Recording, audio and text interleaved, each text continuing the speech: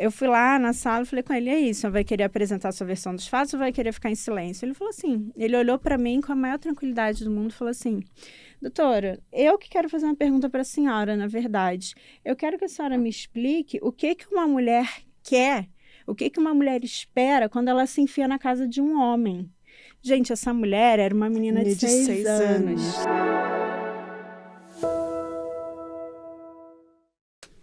Olá, sejam muito bem-vindos a mais um episódio do Sinacast, o podcast do Sindicato dos Auditores Fiscais da Receita Estadual de São Paulo. Eu sou Rosana Veloso, diretora de Assuntos Intersindicais e Formação Sindical do Sinafresp.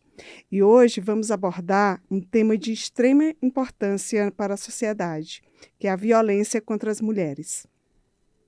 A Lei Maria da Penha, ela completou 18 anos no último dia 7 de agosto. E foi um marco na luta contra a violência contra as mulheres no Brasil. Mas, afinal, o que mudou desde a sua criação? Quais os desafios que ainda enfrentamos? Para responder a essas e a outras perguntas, recebemos duas convidadas especiais. Marilene Massal, diretora de Assuntos Parlamentares e Relações Institucionais do Sinafresp. Bem-vinda, Marilene. Bom dia, Rosana. Bom dia, Jaqueline. Agradeço o convite para participar desse Sinacast com um tema tão relevante para nós mulheres, para as meninas e crianças. Muito obrigada. Obrigada a você. E recebemos também Jaqueline Valadares, presidente do Sindicato dos Delegados de Polícia do Estado de São Paulo. Seja bem-vinda, Jaqueline. Obrigada, Angela. É um grande prazer estar aqui hoje, participando desse podcast com vocês. Obrigada. Antes de iniciarmos a conversa, vamos apresentar alguns dados que revelam a triste realidade da violência contra a mulher no Brasil. Segundo o Anuário Brasileiro de Segurança Pública, todas as modalidades de violência contra as mulheres cresceram em 2023. As agressões decorrentes de violência doméstica subiram 9,8%. A importunação sexual subiu 48,7% e a violência psicológica subiu 33,8%. Esses números nos mostram que a violência contra as mulheres é um problema crescente e exige uma ação conjunta do poder público e da sociedade. Jaqueline, a Delegacia da Mulher ela desempenha um papel fundamental no atendimento às vítimas de violência. Mas como funciona essa delegacia? Quais os serviços que são oferecidos e quais são os principais desafios que vocês enfrentam nessa atuação? A Lei Maria da Penha, como você bem destacou, ela está completando 18 anos agora. A Lei Maria da Penha, ela é a Lei 11.340, de 2006. E essa lei, ela veio para reforçar a necessidade de que o poder público tivesse um olhar diferenciado para a questão da violência de gênero, da violência contra a mulher. O Estado de São Paulo, ele na vanguarda desse tema, muito antes do advento da Lei Maria da Penha, ele criou a primeira Delegacia de Defesa da Mulher em 1985. Então, a gente já tem aqui no Estado um arcabouço protetivo que ele é muito anterior, inclusive, à própria Lei Maria da Penha. Hoje, o nosso Estado conta com 141 unidades de Delegacia de Defesa da Mulher e nós criamos também, a partir da pandemia, a DDM Online, que é a delegacia eletrônica, que a gente acabou com um tempo aperfeiçoando nessa questão do atendimento à mulher também, que no período pandêmico não conseguia sair de casa para fazer os registros, e aí foi aprimorada a delegacia eletrônica e veio essa linha da DDM Online, onde essas mulheres elas podem registrar o boletim de ocorrência da sua casa usando um notebook, um celular, inclusive pedir medidas protetivas.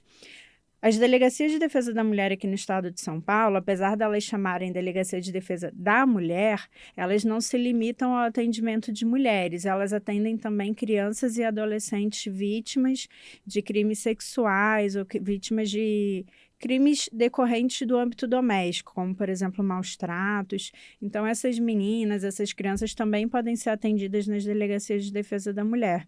Então, a gente tem um volume, infelizmente, muito grande de atendimentos nessas delegacias, mas nós temos policiais, delegadas, policiais de diversas carreiras muito bem capacitados e engajados no combate a esse tipo de violência.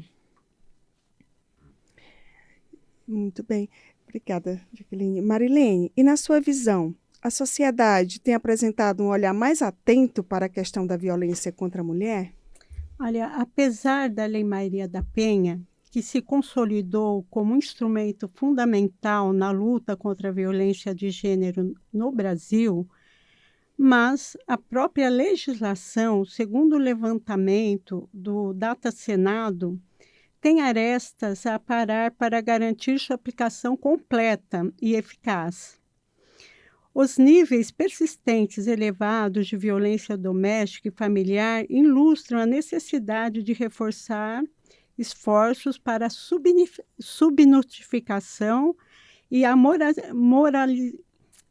morosidade do sistema judicial. E a falta de investimentos de políticas públicas é a mais importante de tudo, e a rede de dominação masculina, através da qual a violência contra as mulheres é normalizada, há uma necessidade de uma ação contínua por parte do Estado, do sistema de justiça e da sociedade, e, em geral, a fim de fazer a Lei Maria da Penha operar em sua devida prática de defesa da mulher e na construção de uma sociedade livre da violência de gênero. Então, tem que melhorar muito ainda, muito. Nós estamos ainda com um nível de 70% de mulheres que não sabem nada dessa lei, que elas não têm conhecimento ou conhecem muito pouco. Então, eu acho que nós temos que melhorar muito ainda. Eu acho, posso Pode, acrescentar? sim, acho. Acho que a Marilene deu um gancho aqui que eu acho muito interessante da gente falar. Inclusive, sempre que eu vou fazer palestras sobre esse tema, eu costumo abordar dessa forma que eu acho até que fica mais didático, assim. Eu gosto sempre de fazer uma comparação com iceberg, né? Sempre que a gente visualiza um iceberg, o que a gente vê? A gente vê só uma pontinha, aquilo que está mais exposto. Mas o grande problema é tudo aquilo que está submerso, né? Que não está visível tão facilmente aos nossos olhos. Então, a violência contra a mulher, contra as crianças, contra esse público vulnerável, ela pode ser ilustrada dessa forma. Quando a gente vê uma mulher sendo agredida, apanhando ou sendo vítima de assédio sexual dentro do seu ambiente de trabalho, isso é só uma pequena parte daquilo que realmente está ali submerso, que é o fato de que a gente vive hoje ainda em uma sociedade extremamente machista, extremamente sexista, capacitista, uma sociedade racista, homofóbica. Então, é tudo isso junto que está ali escondido, submerso, que realmente é o cerne da nossa preocupação. E às vezes quando eu falo disso, às vezes alguém pode estar ouvindo e pensando assim, Jaqueline já melhorou bastante, não é bem assim, olha aqui, né, você cercada de auditoras, você delegada de polícia, né, anos atrás, quando que a gente ia imaginar uma mesa como essa? Mas veja bem, aconteceu um caso comigo na delegacia, que eu sempre uso ele como referência quando eu falo de sociedade ser ainda muito machista. Há um tempo atrás, isso foi até na época da pandemia, chegou uma ocorrência para mim na delegacia que era o seguinte, falaram assim para mim, doutora, a gente está com uma situação aqui de uma menina de 6 anos que foi vítima de estupro. E aí, quando eu fui verificar o contexto, era o seguinte, era uma casa germinada, né, aquelas casinhas coladas, e essa menininha de 6 anos, ela sempre ia brincar com o cachorro do vizinho, sempre ia, era um vizinho de muitos anos, a família confiava e tal. Aí, na pandemia, por conta das restrições financeiras, esse vizinho sublocou um quarto para uma terceira pessoa, um outro homem. E numa dessas que a menininha foi lá brincar com o cachorro, ela estava sozinha e estava esse sublocatário lá. E ele abaixou as calças e fez essa menina fazer sexo oral nele.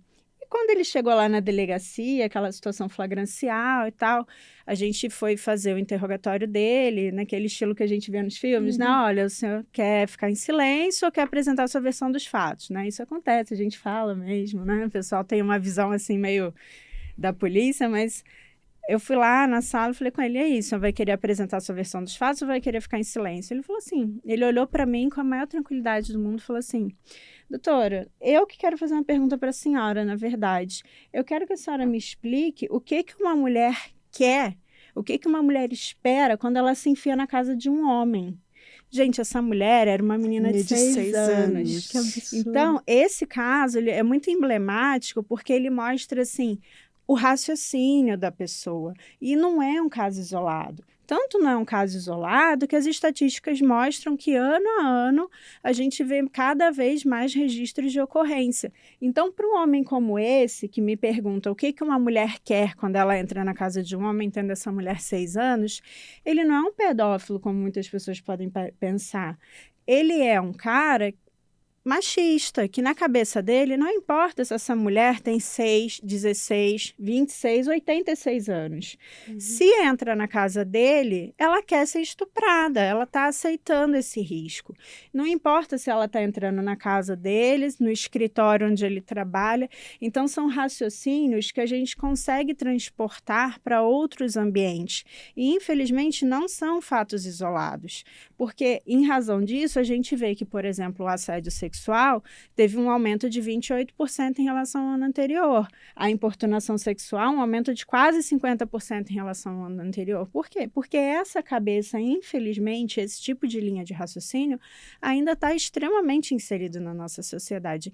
Então, não é um fato isolado a gente dizer que a sociedade é ainda machista. Ela é. É óbvio, já melhorou? Melhorou, mas a gente ainda tem um longo caminho a percorrer para que a gente possa ter essa igualdade de direitos, igualdade de oportunidades e que andar pelas ruas, frequentar os locais, seja algo seguro para as nossas mulheres e meninas.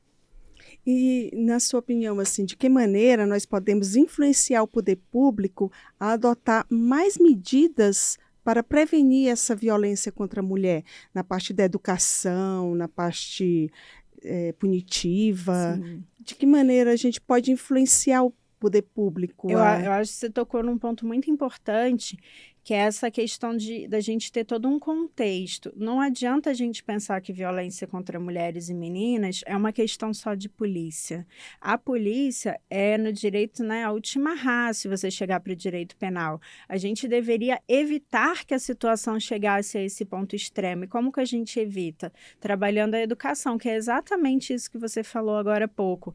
A gente precisa ter essa preocupação com a educação, realmente levar a educação sexual para as crianças, é óbvio, de acordo com a idade de cada uma, falando de uma forma compreensível, mas também que não assuste essas crianças, mas orientar o que pode, o que não pode, quais partezinhas dos corpos delas podem ser tocadas, quais não podem. Então, quando a gente fala em proteção às nossas mulheres e crianças, a gente precisa educar, conscientizar, trazer informação. A Marilene falou agora há pouco, o número de mulheres que diz desconhecer a Lei Maria da Penha, ou pelo menos desconhecer o seu conteúdo, né? Ele é muito grande. Isso porque a Lei Maria da Penha é uma das 3 melhores leis de proteção à mulher do mundo. Eu diria que é uma das leis mais conhecidas do nosso país, porque você pode falar de várias leis que as pessoas nunca ouviram falar, mas Lei Maria da Penha, alguém já ouviu falar, você pode não saber o conteúdo, mas eu sei que é aquela lei que prende homem que bate em mulher, a pessoa sabe o básico, mas não sabe esmiuçar, não sabe que não é só a lei que prende o cara que bate em mulher, ele pode ser o cara que faz uma violência psicológica, uma violência patrimonial, uma violência moral. Então, levar esse conhecimento e de uma forma acessível, porque não adianta a gente falar juridiquês, não adianta eu querer falar sobre leis de uma forma que a população em geral não vai entender como que aquilo vai alcançar o dia a dia dela, como que essas crianças podem ser protegidas. Quando a gente pensa em estupro, eu sempre ilustro, assim, quando eu vou dar palestra, eu levo sempre um slide que mostra aquela viela escura e um cara encapuzado saindo ali do meio do escuro. Quando a gente pensa em estupro, é sempre essa cena que vem na nossa cabeça, né? A mulher tá andando num beco escuro, vem do nada um cara encapuzado com uma faca e estupra ela. E, na verdade, isso é exceção no nosso país. A regra no nosso país é que essas mulheres, essas crianças vão ser estupradas dentro da casa delas. O ambiente mais inseguro para uma mulher no Brasil hoje é dentro da casa delas. É onde elas mais são vítimas de crimes sexuais e é onde elas mais são mortas. Então, a gente precisa repensar de uma forma que a gente consiga trazer essa informação para essas mulheres. Falar, olha, o ambiente doméstico, ele é perigoso. A maioria dos abusadores sexuais, principalmente de crianças, não são desconhecidos. É o pai, é o tio, é o irmão, é o primo. Então, é uma pessoa que ela tem confiança. Então, não adianta eu virar para o meu filho ou para minha filha e falar assim, olha, você não pode deixar nenhum estranho te tocar. A probabilidade de um estranho vir tocá-lo é muito menor do que do próprio familiar fazê-lo. Então, a gente realmente tem que explicar, conversar, educar, óbvio, como eu disse, usando uma linguagem que tenha coincidência, né, com a idade da criança, de uma forma mais lúdica, mas orientar. Eu acho que a palavra que você usou é o cerne da questão. Educação. E, óbvio, as demais redes de apoio, né? Assistência social, psicólogo, tudo isso é muito importante. Mas o ideal é prevenir e não tratar em âmbito policial. Porque quando chega na Polícia Civil, cabe a gente fazer o quê? Investigar, tentar dar um desfecho, uma sensação, pelo menos, de que, olha, houve uma responsabilização ali, alguém vai responder. Mas a gente não consegue apagar o que aconteceu. Aquele trauma aconteceu. Então, o ideal é que não chegue em âmbito policial, que a gente consiga evitar tudo isso antes. E esse trabalho é feito através de educação e conscientização. É, exatamente. Você falou a palavra trauma, né? O que esse crime, ele ocasiona na saúde mental dessas vítimas, né? A gente tem acompanhado vários casos, né? Discussões de assédio moral, assédio sexual, de violência contra as mulheres. E a saúde mental dessas vítimas, como fica, né? Ainda mais assim, sendo a mulher a pessoa que tem aquele cuidado dos outros, né? Ela tem que cuidar dela mesma, ela tem que estar com saúde mental boa para cuidar dos outros. E também, assim, a criança que tem toda aquela sua formação, que vai ter aquela base dele se sentindo usado, maltratado, não vai ter confiança nas pessoas. Como é que você vê isso, Marilene, assim, a parte da saúde mental? Eu acho a saúde mental um dos fatores mais importantes desse caso, porque a mulher, ela vai voltar para casa com medo, o filho que vê a mãe apanhar. Então, a Jaqueline tocou num assunto muito importante, que é a educação. Nós somos mães e nós que criamos esses filhos. Como que a gente tem que olhar isso? Porque hoje a grande maioria das casas são administradas por mulheres. As mulheres que trabalham, às vezes um homem abandona também, tem esses fatores, né? Então, eu acho que a educação é muito importante para conscientizar essa mãe, como vai educar esse filho, a gente educar o homem para ele perceber, porque às vezes ele nem percebe que ele é o agressor, que, como a Jaqueline falou, na visão dele é normal. A mulher está ali, ou você... Por exemplo, eu moro no litoral, as meninas lá vão de biquíni, de maiô, o pessoal acha que é porque está de maiô, com shortinhos mais curtos. Olha, ela está provocando, ela quer ser abusada, né? Então, a gente tem que tratar a saúde mental desde criança. Eu acho que o público, o governo, ele tem que investir na educação dessas crianças, desses homens, principalmente, para que eles percebam o que estão fazendo.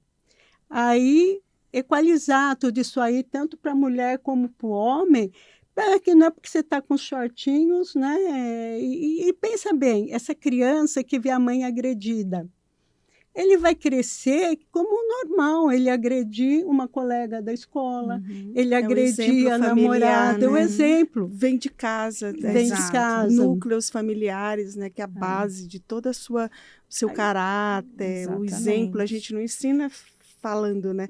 Tem que ter o exemplo. Isso que a Marilene falou é verdade, assim, se a gente for parar para pensar, nenhuma criança nasce sexista, racista, homofóbica, são conceitos que vão sendo incutidos na cabeça dessa criança. E quem que coloca isso na cabeça dessa criança? Somos nós adultos. Sim. Então, são os nossos preconceitos que vão moldando novas crianças, novos adultos preconceituosos e que vão replicar aquele tipo de comportamento. Então, é muito importante que nós, como pais e mães, tenhamos essa responsabilidade social de começarmos a educar as crianças, uma educação social no sentido de mostrar que não há essa divisão em relação a gênero, que não tem que haver questões relacionadas à segregação por conta de identidade de gênero, por conta de origem nacional, por conta de racismos. Nada disso tem que ser sopesado na criação dessas crianças. A gente tem que mostrar para essas crianças que, olha, tudo bem, cada um tem o seu jeitinho e a gente tem que respeitar cada um da forma que ela é, cada pessoa da forma que ela é, para que a gente realmente consiga começar a moldar, porque nós que já estamos adultos, a gente tem que começar a desconstruir conceitos que foram incutidos na nossa personalidade, no nosso modo de vida quando nós crescemos, né? Então, agora cabe a nós, enquanto pais e mães, criar crianças com um pensamento diferente para o futuro, porque realmente nenhuma criança nasce racista, machista, misógina, homofóbica, né? Ela vai se tornando conforme a gente cria. E assim, é um desafio muito grande, porque a gente como servidores públicos, a gente tem que mostrar, assim, tem que formar um grupo para acolher essas vítimas, para prevenir esses crimes, né?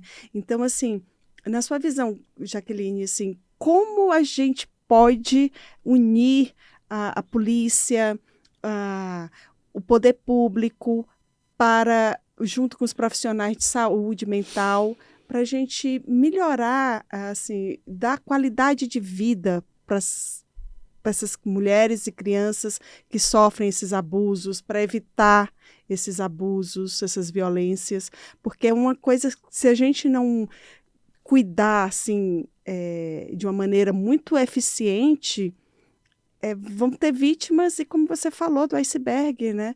Vai ter um submundo que a gente não consegue chegar. E a família é um crime muito... É difícil da gente chegar, porque é no núcleo familiar. Exato. No lar de cada um.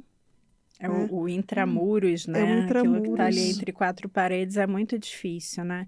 Então, essa questão, por exemplo, eu sou muito adepta da questão da escola abordar certos assuntos, porque muita coisa chega para mim na delegacia, principalmente envolvendo crianças, que a denúncia parte da escola. Então, a escola ela tem um papel fundamental na proteção dessas crianças, tanto na parte de educação, como eu falei, que é importante a gente abordar o assunto, mas também de ter uma preparação no acolhimento dessas vítimas, porque às vezes a criança ela vai apresentar sinais na escola de que ela está sendo vítima de algum tipo de violência. Então, às vezes, são sinais físicos, ostensivos, aquela criança que começa a parecer muito machucada, que começa a faltar aula com frequência, que começa a ter uma queda de rendimento. E aí, é importante que a escola, que os profissionais, eles estejam preparados para perceber, nossa, por que o comportamento daquela criança mudou? Ela era uma criança tão animada, tão participativa, ela agora está tão quietinha, tão introspectiva. O que será que está acontecendo? Então, é importante que a escola ela tenha essa sensibilidade e também no que tange a própria questão da violência doméstica. Às vezes, a denúncia da violência doméstica, ela chega para a gente porque a criança falou na escola que a mamãe está apanhando do papai. Então, quando alguém vai abordar algum assunto, fala, olha, o papai fez isso com a mamãe. E aí a escola aciona, comunica, chama a mãe para conversar, fala, olha, você precisa de ajuda, você precisa de um suporte. Então, a escola ela tem um papel fundamental. É óbvio que a ideia não é delegar toda essa responsabilidade para a escola, mas destacar a importância do papel dela no rompimento desse ciclo de violência, principalmente quando envolve criança e adolescente. Eu lembro que há pouco tempo atrás eu trabalhei num caso envolvendo um menino de 3 anos, que ele tinha faltas constantes na creche, na escolinha, e as professoras cobravam aquilo na agenda, né? Mamãe, por que fulaninho faltou tantos dias seguidos? Aí sempre vinha uma desculpa, ele se machucou, ele caiu. Aí voltava para a escola a criança machucada, por que ele está com essa lesão? Foi brincando com o irmão que ele se machucou e tal. E uma criança de 3 anos, ela não verbaliza tão bem, né? Ela não conta, ela se expressa, mas ela não verbaliza, não conta uma história, né? Então, a criança não conseguia falar muita coisa. E se não me falha a memória, ele não chegava nem ele não chegou a completar os 3 anos. Até que um dia esse menino deu entrada no pronto-socorro em óbito. E aí, quando a gente foi verificar todo o histórico dessa criança, a escola, ela desconfiava que alguma coisa estava acontecendo. Tanto é que sempre tinha aquela pergunta no caderninho, na agenda, mas não saiu disso. Talvez se o conselho tutelar tivesse sido acionado, ou a delegacia, talvez esse menino tivesse vivo hoje. Mas o que a escola fez serviu como prova, serviu depois para eu, como delegada, conseguir linkar a atuação do padrasto à morte do menino, mas não salvou a vida desse menino. Talvez um treinamento adequado dessas professoras na época, de dizer, olha, começou a faltar com frequência, essas desculpas esfarrapadas e tal, vamos ver o que está acontecendo, é só no conselho tutelar. E não foi o caso, e esse menino acabou vindo a óbito em razão de maus tratos, de agressões que ele sofreu. Então, é muito importante essa participação da escola. Agora, um ponto que você tocou no início da sua fala, que eu acho que a gente, como sindicalistas aqui, a gente não pode deixar de abordar, é assim, a gente pergunta muito assim, a gente pensa muito no outro, né? Na sociedade, como que a sociedade pode fazer. E o grande problema é interna corporis, né? Dentro da nossa instituição. Não sei, não é de vocês. Mas a Polícia Civil, ela é uma instituição muito masculina, né, gente? Sim. Nós somos poucas mulheres ainda dentro da instituição. Os números vêm aumentando ano a ano, mais mulheres vêm se interessando pela carreira policial, mas nós ainda somos minoria. Quando eu pego toda a instituição policial civil de São Paulo, as delegadas, que é a carreira, né, de delegado que chefia a instituição, as delegadas, elas representam 2% da instituição. Quando eu trago para o universo da carreira de delegados e delegadas, nós representamos 21%, que aumentou agora porque a gente está com o pessoal em treinamento na Cadepol, então nós já tivemos nesse último concurso mais mulheres interessadas, então a gente aumentou um pouquinho, a gente saiu de 18% para 21% agora nesse último concurso. Mas é onde que eu quero chegar. Quando a gente começa a olhar para cargos de chefia e direção dentro da instituição, a gente não consegue sequer representar os 21% que nós somos hoje. Então, quanto mais o cargo é alto, mais o cargo realmente tem uma participação na definição de políticas públicas na área de segurança, menos mulheres participam dele. Então, hoje nós somos 21% de delegadas na carreira, mas se eu começo a olhar para os cargos de diretoria, nós representamos aproximadamente 12%. Desses cargos de classe especial, na verdade, né? Porque a Polícia Civil a gente tem um escalonamento, eu entro como terceira classe, eu vou para a segunda, primeira, e o topo da carreira é a classe especial. Quando a gente faz esse recorte, quantas delegadas hoje são classe especial, a gente cai para aproximadamente 12% a 13%. Então, eu não represento nem os 21%, que já seria pouco, nem isso a gente tem representado, a gente cai para 12%. Então, para que a gente tenha uma mudança a nível de políticas públicas, eu preciso ter mulheres também podendo participaram efetivamente dessas políticas públicas. Então, uma coisa é eu ter 141 delegacias de defesa da mulher, mas quem é que faz a política pública para essas delegacias de defesa da mulher? Quem comanda essas 141 delegacias de defesa da mulher? São mulheres? Quando a gente faz esse recorte pelo número de classes especiais ou cargos de direção, não. Então, é preciso também que e eu acredito que isso não seja uma exclusividade da Polícia Civil. Então, é preciso também que, para que a gente pense em mudanças em políticas públicas, a gente pense primeiro em mudanças institucionais.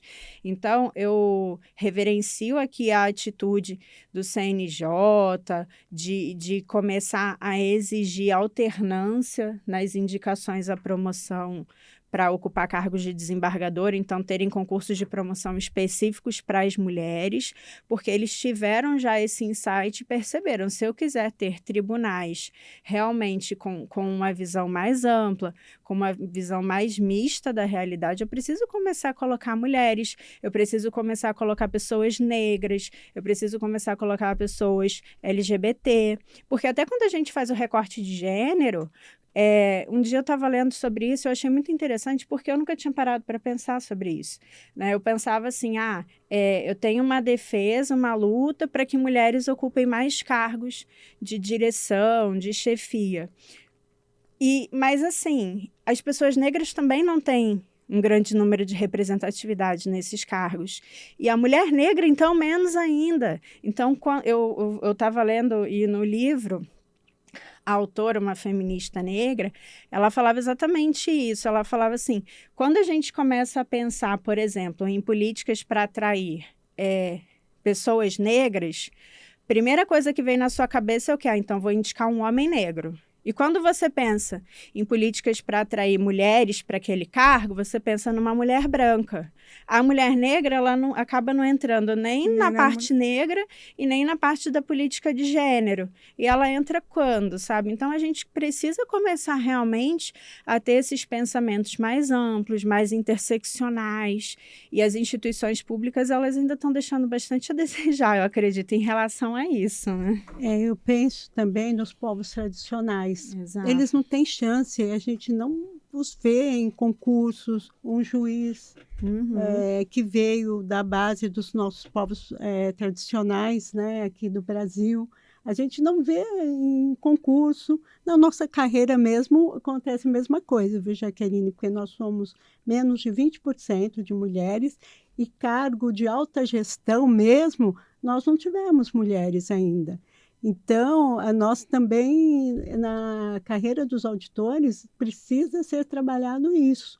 Também nomear mulheres para o alto escalão. Exato.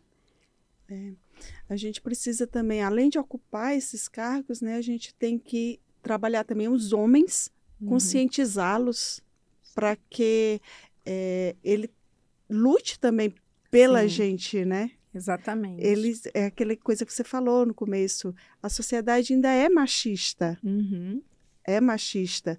Eles, assim, não é porque a mulher é coitadinha ou que a gente quer ser melhor do que os homens, não é isso. É a gente fisicamente, nós somos mais frágeis. Então, tem que ter uma lei que proteja essa nossa fragilidade. Nós fisicamente somos mais expostas do que os homens. Tanto é que a Lei Maria da Penha é para mulheres e para crianças, né? Pessoas que sofrem um abuso, são pessoas vulneráveis. Né? Eu não sei se está certo isso, mas Sim. É a minha percepção. A Lei Maria da Penha, ela se aplica a todo gênero feminino, de 0 a 100 anos, toda mulher ali, toda pessoa que se identifica até, inclusive mulheres trans, elas podem também ser tuteladas ali pela Lei Maria da Penha, basta que seja do gênero feminino.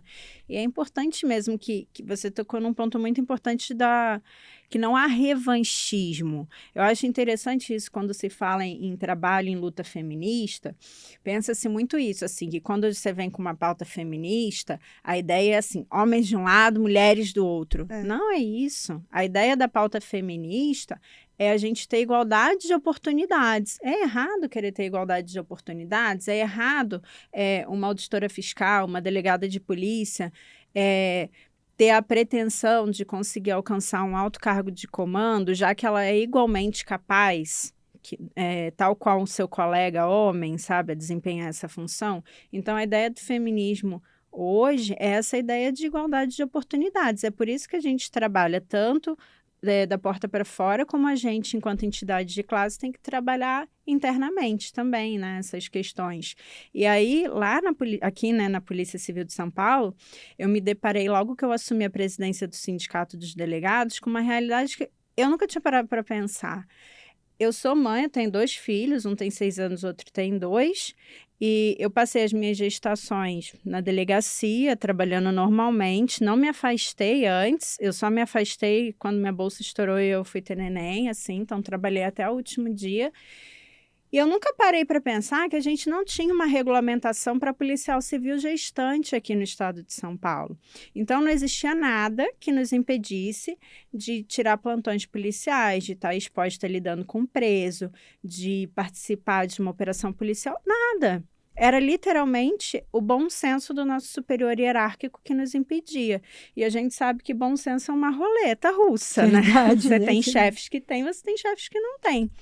E aí, como nunca foi um problema para mim, porque graças a Deus eu tive nas minhas 2 gestações chefes que tinham esse bom senso, então eles me permitiam trabalhar na medida das minhas limitações. Mas isso não era uma realidade para todas. E aí, quando eu assumi a presidência do sindicato, chegaram demandas para mim nesse sentido, de colegas do interior do estado que acumulavam delegacias com 200, 300 quilômetros de distância, plantões noturnos e gestantes com barrigão. Então, como é que você vai dirigir uma viatura com barrigão de 7, 8 meses de gestação, tirar um plantão noturno, né, já cansada, né? Quem é mulher aqui que já engravidou sabe, chega o final da gestação, você já está com falta de ar, né? Você já não tem um deslocamento tão ágil quanto você, né, tem normalmente. Então, era uma preocupação que elas começaram a trazer. E aí a gente começou a trabalhar isso enquanto entidade de classe. A gente conversou sobre isso na Delegacia Geral. Falou, olha, a gente não tem em São Paulo uma regulamentação para tutelar policial civil gestante. E olha que a carreira que eu represento, que é a de delegados, a gente ainda tem um pouco mais, enquanto delegadas, de maleabilidade nisso, né? Agora, e as investigadoras? Tinha investigadora grávida que conduzia preso com barrigão. Então, a gente começou a levar essa demanda para a Delegacia Geral, porque começou a chegar isso para a gente. Lá, o pessoal está reclamando. E mesmo outras carreiras sentiam uma representatividade por eu ser mulher, e aí vinham trazer essa demanda para a gente também. E a gente conseguiu levar isso para a Delegacia Geral. Tive uma reunião com o secretário de Segurança Pública, o Derrite, ele falou, nossa, vocês não têm? Eu falei, não, a gente não tem. Aí ele falou, não, a gente vai trabalhar isso com vocês. E aí, em pouco tempo, a Secretaria de Segurança, junto com a Delegacia Geral, trabalharam e editaram uma resolução, que é a Resolução SSP 33 de 2023, que regulamentou a situação da policial civil gestante. Então, a policial civil gestante, a partir dessa resolução, ela pôde começar a optar por fazer trabalhos mais administrativos, não fazer local de crime. Depois que ela volta da licença maternidade, ela tem uma certa estabilidade, porque também aconteceu muito isso, de sair em licença e quando voltar o seu lugar estava ocupado, e aí você tinha que ir para outro lugar. Então, ela volta com estabilidade no local em que ela estava e ela tem redução de carga horária para amamentar. E é importante a gente ter essa visão, né? Então, se não tivesse uma mulher ali e alguém para ter essa sensibilidade de falar, nossa, realmente, né? Talvez as outras colegas não tivessem se sentido confortáveis para vir trazer essa pauta, né? E eu fiquei pensando, eu falei, gente, olha que coisa, né? O meu segundo filho, por exemplo, eu estava grávida durante a pandemia. Eu passei a pandemia inteira trabalhando, grávida, e a gente sabe que a gravidez era uma situação de risco na época pandêmica.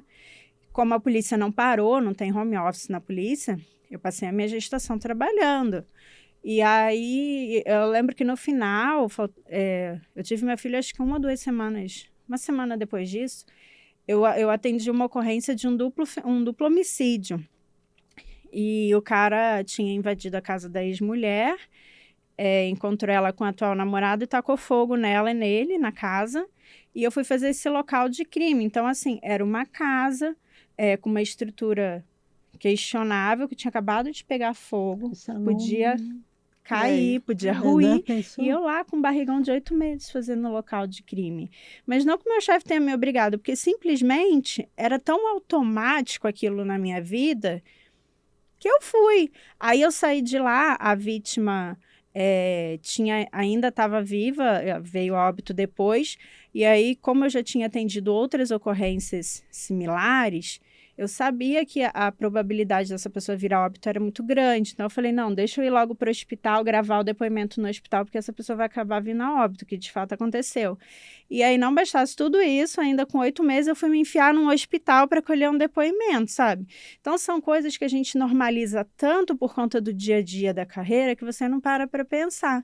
E aí, a importância da resolução, que a resolução faz a gente refletir também que, olha, a policial gestante, ela tem que ter um trabalho diferenciado, ela não pode atender ocorrência, ela não pode fazer local de crime, porque não é uma questão só de expor a vida dela, é uma questão de expor a vida do bebê também, né? Perfeito. Então, me fez até refletir, falar, gente, como que eu não pensei nisso? Eu com meu filho dentro da barriga, graças a Deus ficou tudo bem, mas...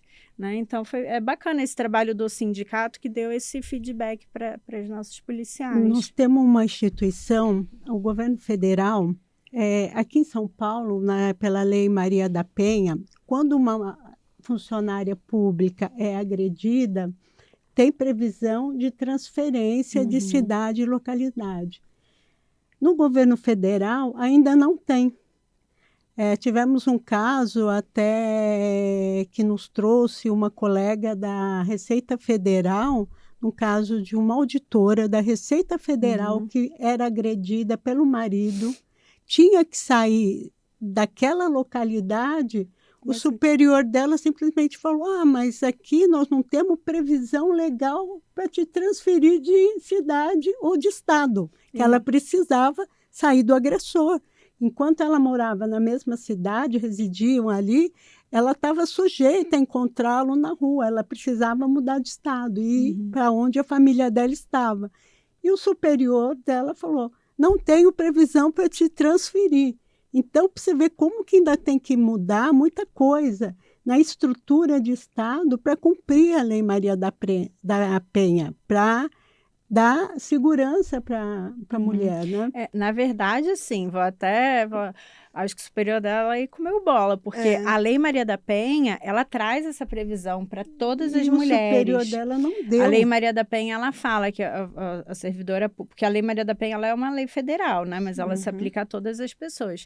E aí, ela fala que a mulher servidora pública que estiver numa situação de violência, ela tem prioridade na remoção, justamente para evitar esse contato com o agressor. Então, talvez ele estivesse se apegando a uma lei específica, quando, na verdade, a gente tem uma lei geral que se aplica a todo mundo, que é a Lei Maria da Penha. Então, daria, porque eu me recordo, há um tempo atrás, eu fui dar uma palestra na Marinha, e uma militar, ela veio falar isso comigo, que ela teve um relacionamento com outro militar da Marinha, e ela precisava ir para outro lugar, porque ela toda hora encontrava com ele e tal. Ela falou, você tem uma orientação? Eu falei, tenho, pede com base na Lei Maria da Penha. A Lei Maria da Penha, ela prevê essa preferência de remoção quando é vítima de violência doméstica. E aí ela solicitou. Isso daí encaixa naquele nosso desafio, né? De divulgar a lei, de explicar como funciona, o que ela protege. Um desafio que a gente precisa encarar. A Lei Maria da Penha, as pessoas acham que a Lei Maria da Penha ela é uma lei criminal. Ela não é uma lei criminal, ela é uma lei multidisciplinar. Se você for parar para ver a Lei Maria da Penha, ela, na verdade, só tem um crime previsto nela, que é o crime de descumprimento de medida protetiva. Todas as outras previsões dela não são previsões de crime. Então, assim, quando uma mulher é vítima de um crime, normalmente a gente, enquanto autoridade policial, a gente se recorre do próprio Código Penal, não é da Lei Maria da Penha. O único crime que tem lá é o crime de descumprimento de medida protetiva. Então, ela é uma lei multidisciplinar, ela tem aspectos cíveis, até aspectos administrativos, ela tem diversos aspectos, ela não é uma lei criminal. E isso que você falou é exatamente nesse sentido. As pessoas associam a Lei Maria da Penha a uma lei criminal. A pessoa acha que vai abrir a Lei Maria da Penha e vai estar lá bater na sua esposa, xingar a sua esposa, isso não está nada lá, isso está no nosso Código Penal. O que a gente faz é pegar o crime do Código Penal e aplicar ele junto com a Lei Maria da Penha. A Lei Maria da Penha, assim, para falar de uma forma bem simples, ela dá uma dificultada na vida do agressor. Então, eu vou pegar o crime de lesão corporal do Código Penal e vou aplicar junto com ele a Lei Maria da Penha. Aí a Lei Maria da Penha vai dar uma dificultada na vida dele. Então, se lá pelo Código Penal, de repente, antigamente ele podia só pagar uma cesta básica, ter umas penalidades mais flexíveis, quando eu aplico a Lei Maria da Penha, eu dificulto a vida dele. Então, não vai caber mais representação, que significa dizer assim que a vítima ela não precisa dizer que quer ver o cara processado criminalmente. A partir do momento em que ele bate nela, como eu junto a aplicação da Lei Maria da Penha, automaticamente a polícia tem que investigar, instaurar inquérito. Se tiver elementos, o Ministério Público tem que denunciar. Então, não depende mais da vontade da vítima. Então, a Lei Maria da Penha, eu falo isso assim, de uma forma muito simples, ela dá uma dificultada na vida do agressor. Mas os crimes em si não estão previstos nela. Ela é uma lei multidisciplinar, ela traz N outras coisas, como até as medidas protetivas de urgência estão lá previstas nela. Interessante, muito boa essa Foi discussão. Uma aula, né? Porque nós aprendemos aqui com a Jaqueline, ela veio para nos dar uma aula da Lei Maria da Penha, foi muito... Mas a Lei Maria da Penha ela é uma lei muito interessante, assim, porque ela realmente ajuda a salvar vidas. O Ministério Público aqui de São Paulo ele fez uma pesquisa para verificar o número de vítimas de feminicídio, quantas delas tinham medidas protetivas, e a maioria das vítimas de feminicídio não tinham nem medidas protetivas e nem boletim de ocorrência. Então, isso mostra que quando a vítima ela procura o auxílio do poder público, seja registrando um BO, pedindo uma medida protetiva, isso, de certa forma, já é um fator inibidor para o agressor e já começa ali a romper um pouco esse ciclo da violência e consegue salvar literalmente vidas. Então, a maior parte das vítimas de feminicídio, segundo essa pesquisa do Ministério Público aqui de São Paulo, eram mulheres que nunca tinham procurado ajuda das autoridades públicas nesse aspecto, né? Não tinha protetiva, não tinha BO, não tinha nada. Então, a importância da gente falar sobre as medidas protetivas, porque elas realmente ajudam muito. Então é isso, gente. Chegamos ao final de mais um episódio do SinaCast e agradeço aqui a participação da Marilene. Muito obrigada. Eu que agradeço a presença aqui da Jaqueline e da Rosana. Foi muito instrutivo, nós aprendemos muito. Espero que você volte mais vezes para a gente gravar um SinaCast. Será sempre bem-vinda. Obrigada. Muito obrigada, Jaqueline. Foi muito instrutivo aqui. Você nos trouxe de uma maneira muito acessível, né? E espero que a gente possa ajudar muito a sociedade com esse SinaCast. Muito obrigada. Imagina, eu que agradeço o convite. Foi um prazer estar aqui hoje com vocês, conversando, trazendo um pouquinho da realidade da Delegacia de Polícia aqui, das Delegacias de Defesa da Mulher do Estado de São Paulo, um pouquinho da realidade do nosso trabalho no sindicato. E quero parabenizar o trabalho que vocês realizam aqui no Sinafresp, que eu sou testemunha. Toda hora eu vejo a Marilene lá na Lesp, né, Marilene? A Marilene, firme e forte lá, exercendo realmente o trabalho dela lá na atuação legislativa. Então, eu sou testemunha de quanto o sindicato de vocês é atuante. E eu quero parabenizar e agradecer essa oportunidade de estar aqui hoje. Obrigada. Obrigada, a gente que te agradece também. Parabéns pelo seu trabalho. Obrigada. Tanto em frente ao Sindicato dos Delegados de Polícia do Estado de São Paulo, como também atuando na área, né, da delegacia. E é isso, gente. Para conferir os episódios anteriores do SinaCast, acesse nosso canal no YouTube. Obrigada.